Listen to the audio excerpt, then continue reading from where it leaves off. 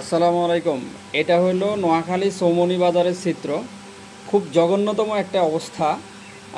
আপনার এই রাস্তার মাঝখানে 4 লাইনের রাস্তা, 4 লাইনের রাস্তার মধ্যে দুই পাশে দোকানপাট বসায় দিয়েছে, শত শত দোকান বসায় দিয়েছে আপনার ফুটপাতের উপরে। ফুটপাত এবং রাস্তার মাঝামাঝি চলে আসছে এরা দোকান নিয়ে। দেখেন যেখানে এই বাজারটা 12 মাস জাম লেগে থাকে।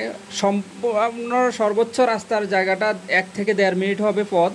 এই 1.5 মিনিট আপনার 1.5 ঘন্টা লাগে। যারা এই রোডে যাতায়াত করছেন তারা অবশ্যই জানেন এটা 12 মাস জ্যাম লেগে থাকে এই রাস্তার উপরে দোকানপাটগুলোর কারণে। কারণ হলো কি, দেখেন এই যে মাছ রাস্তার মাঝখানে বিক্রি করতেছে। দেখেন এই যে ফলের দোকান, সবজির দোকান রাস্তার মাঝখানে। আপনি একটু খেয়াল করলে দেখেন এই বিশ্রী অবস্থা, এই খারাপ অবস্থা আর কোথাও নাই।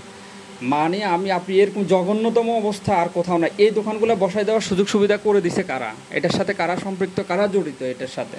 আপনি দেখেন শত শত দোকান, শত দোকান রাস্তার মাঝখান পর্যন্ত চলে আসছে। এখানে 1.5 মিনিটের রাস্তা আপনার 1.5 ঘন্টা লেগে যায়।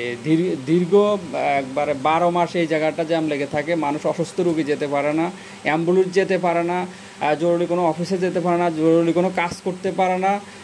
মানুষ কোনোভাবে এখানে জ্যাম লেগে থাকে, গাড়ি এক চুলো লড়ে না। দেখেন আপনি একটু খেয়াল করলে দেখবেন রাস্তার এই মাথা থেকে এই মাথা শত শত গাড়ি জ্যাম লেগে আছে। রাস্তার পাশে শত শত দোকান, এই পাশ ও পাশ, রাস্তার দুই পাশে। এই সুযোগ সুবিধাটা কারা না? এটার সাথে কারা জড়িত, কারা এটার সাথে সম্পৃক্ত যে রাস্তার মাঝখানে, সরকারি রাস্তার মাঝখানে সরকার জনগণের সুবিধার্থে এরকম একটা রাস্তা করে দেয়। দেখেন রাস্তার মাঝখানে বসে বিক্রি করতেছে। কি একটা আজব অবস্থা, খুব জঘন্যতম অবস্থা, খুব খারাপ লাগার একটা অবস্থা যে মানুষের কষ্টের কোনো সীমা নাই।